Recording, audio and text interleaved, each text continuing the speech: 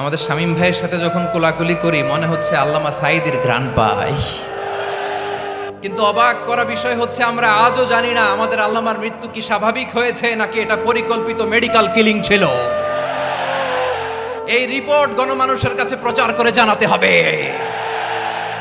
এই দাবির সাথে কি সবাই আপনারা একমত?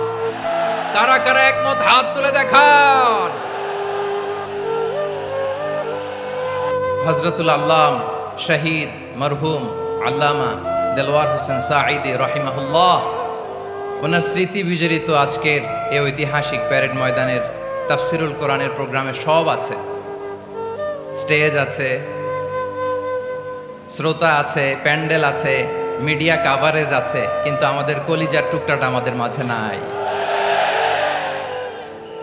আজকের এই প্রোগ্রামে আলোচক হয়ে এই চেয়ারে আমি না বসে ওই শ্রোতাদের কাতারে বসে যদি আমাদের আল্লামার নুরানি চেহারার দিকে তাকিয়ে ওয়াজ শুনতে পারতাম, আমাদের হৃদয়টা ঠান্ডা হয়ে যেত, আমাদের তৃষ্ণার্ত হৃদয় শান্ত হতো। সব আজকে আছে, কি যেন নাই, ঠিক কিনা বলেন? আল্লাহ তাআলা প্রতি 100 বছরে একজন মুজাদ্দিদ পাঠায়, প্রতি 100 বছরে একজন মুজাদ্দিদ, যিনি সমাজকে সংস্কার করেন। আল্লামা দেলওয়ার হোসেন সাঈদী রাহিমাহুল্লাহ ছিলেন তেমন একজন মুজাদ্দিদ। চিৎকার করে বলেন ঠিক কিনা? উনি শিরক বিদআতের আস্তানাকে তছনছ করে দিয়েছেন, তাওহীদের বাণীকে সমুন্নত করেছেন, গণমানুষের কাছে তাফসিরুল কোরআনকে জনপ্রিয় করেছেন।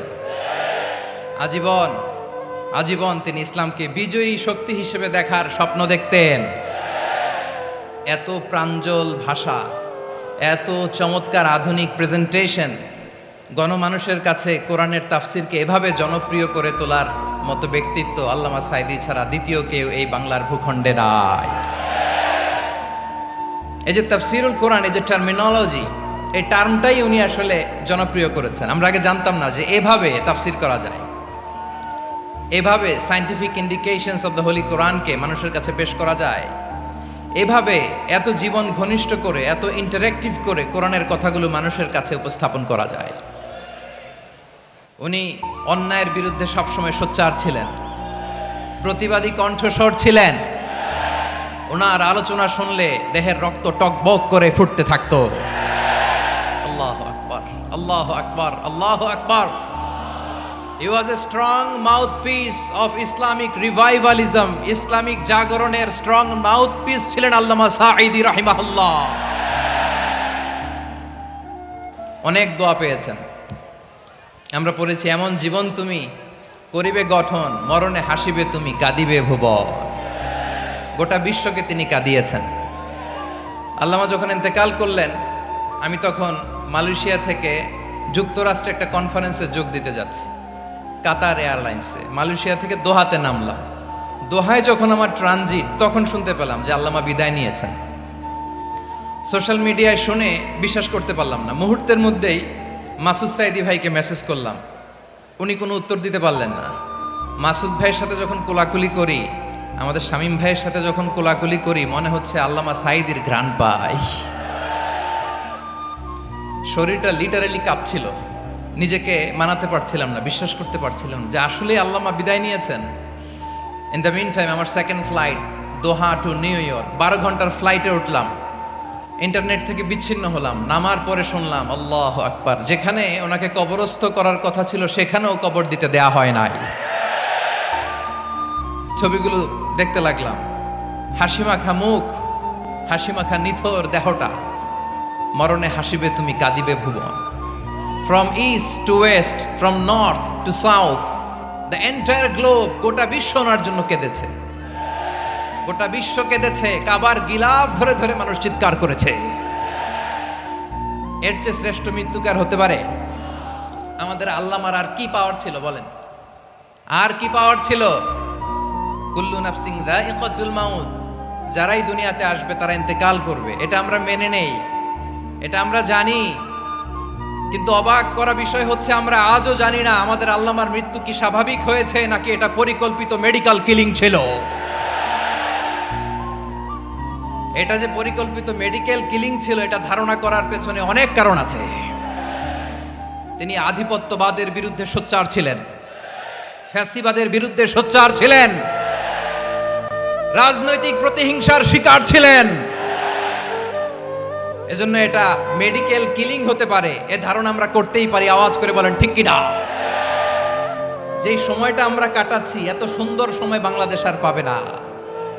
আমাদের জন্মের পর থেকে এরকম চমৎকার সময় আমরা পাই নাই। এটাই আসল সময়। আমরা ইন্টারিম গভর্নমেন্টের কাছে দাবি জানাই, উচ্চতর তদন্ত কমিটি করে এটা কি হত্যাকাণ্ড ছিল নাকি স্বাভাবিক মৃত্যু ছিল, এই রিপোর্ট গণমানুষের কাছে প্রচার করে জানাতে হবে। এই দাবির সাথে কি সবাই আপনারা একমত? কারা কারা একমত হাত তুলে দেখান।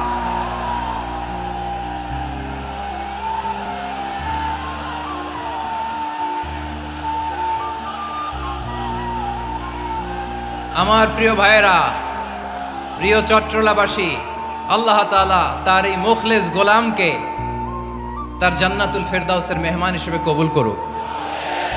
তার জীবনের সকল খেদমাগুলোকে কবুল করুক। জান্নাতুল ফেরদাউসের আলা মাকামে তাকে মেহমান হিসেবে কবুল করুক। আল্লামা শহীদ দেলোয়ার হোসেন সাঈদী রাহিমাহুল্লাহ, উনি ছাড়াও এই ঐতিহাসিক ময়দানে কথা বলেছেন আল্লামা লুৎফুর রহমান রাহিমাহুল্লাহ। চলে গিয়েছেন আমাদেরকে ছেড়ে। তিনি বলতেন, ইনশাআল্লাহ মিজান আবার আসবে। হুজুর, আমি তো আসলাম, আপনি তো আমাদেরকে ছেড়ে চলে গেলেন। আল্লাহু আকবার, আল্লাহু আকবার, আল্লাহু আকবার। গলায় কোনো সুর ছিল না, সুর দিয়ে কথা বলতেন না, কিন্তু এত চমৎকার শব্দের বুনন, এত চমৎকার প্রেজেন্টেশন, এত চমৎকার ভাবে ঐতিহাসিক বর্ণনাগুলো তিনি উপস্থাপন করতেন। মন্ত্রমুগ্ধ হয়ে আমরা আল্লামা লুৎফুর রহমানের কথা শুনেছি। আমরা হযরতুল আল্লাহ লুৎফুর রহমান রাহিমাহুল্লাহর জন্য এই বিশাল ময়দান থেকে দোয়া করছি, আল্লাহ তাআলা তুমি তোমার এই খাদেমকে জান্নাতের মেহমান হিসেবে কবুল করে নাও। আরো অনেক আল্লামারা এখানে কথা বলেছেন, বিশেষ করে বাইতুল শরফের মরহুম পীর সাহেব হুজুর থেকে শুরু করে আরো যারা যারা তারকাতুল্য ওলামায়ে কেরাম এই চট্টগ্রামের ময়দানে কথা বলেছেন, আলো ছড়িয়েছেন। আমরা এই লক্ষ লক্ষ তাওহীদি জনতাকে নিয়ে তাদের জন্য দোয়া করছি, আল্লাহ তাআলা ওনাদের জীবনের সকল ভুল ত্রুটি ক্ষমা করে দিয়ে তাদেরকে জান্নাতুল ফেরদাউসের মেহমান বানিয়ে নিক। আমরা এই ঐতিহাসিক প্যারেড ময়দানের প্রোগ্রাম থেকে স্মরণ করতে চাই 24-এর ছাত্র নাগরিক অভ্যুত্থানে আমার যে সমস্ত ছাত্র নাগরিক ভাইয়েরা দেহের তাজা রক্ত বিলি দিয়ে নতুন বাংলাদেশ আমাদেরকে উপহার দিয়েছে। বিশেষ করে আপনাদের এই চট্টগ্রামের শহীদ ফাইসাল, শহীদ ওয়াসিম সহ সকল শহীদকে আল্লাহ তাআলা কবুল করুক। আমরা সবাই পড়ি আমিন। প্রিয় ভাইয়েরা, আমি নগণ্য একজন কোরআনের ছাত্র, এত বিশাল মঞ্চে এত বড় প্ল্যাটফর্মে কথা বলা আমার জন্য সাজে না। তারপরও আমাদের মুরব্বীরা আমাদের ডানে বায়ে বসে আছেন, ওনাদের আদেশ ক্রমে, ওনাদের অনুমতি ক্রমে কিছু কথা আজকের এই ঐতিহাসিক প্রোগ্রামে আপনাদের সামনে উপস্থাপন করার চেষ্টা করব। ওমা তৌফিক ইল্লা বিল্লাহ। প্রিয় ভাইয়েরা, 5 দিন ব্যাপী এই তাফসিরুল কোরআনের প্রোগ্রামে অনেক ওলামা হযরত কথা বলেছেন। যারা কোরআন সুন্নাহ থেকে আমাদেরকে কোরআনের কথাগুলো শোনালেন, আমরা যেন সেগুলো আমল করতে পারি, আল্লাহ আমাদেরকে তৌফিক দান করুক। শুরুতে আমাদের নিয়তটাকে খালেস করে নেওয়া দরকার। এই যে গ্যাদারিং, এই যে হিউজ শোডাউন, এগুলো যদি আমাদের নিজেদেরকে পরিবর্তন না করে তাহলে এতে কোনো লাভ নাই। জোরে বলেন ঠিক কিনা? এই প্রোগ্রাম যদি আমাদের জীবনকে পরিবর্তন করে, আমাদের চিন্তার ডিএনএ কে চেঞ্জ করে দেয়, তাহলেই চট্টগ্রামের প্যারেড ময়দান সার্থক। আসুন আমরা চিন্তাকে খালেস করে নেই। আমরা সবাই নিয়ত করি যে যতটুকু কথা আমরা কোরআনের আলোকে শুনবো, আমলের নিয়তে শুনবো ইনশাআল্লাহ। বলেন সবাই।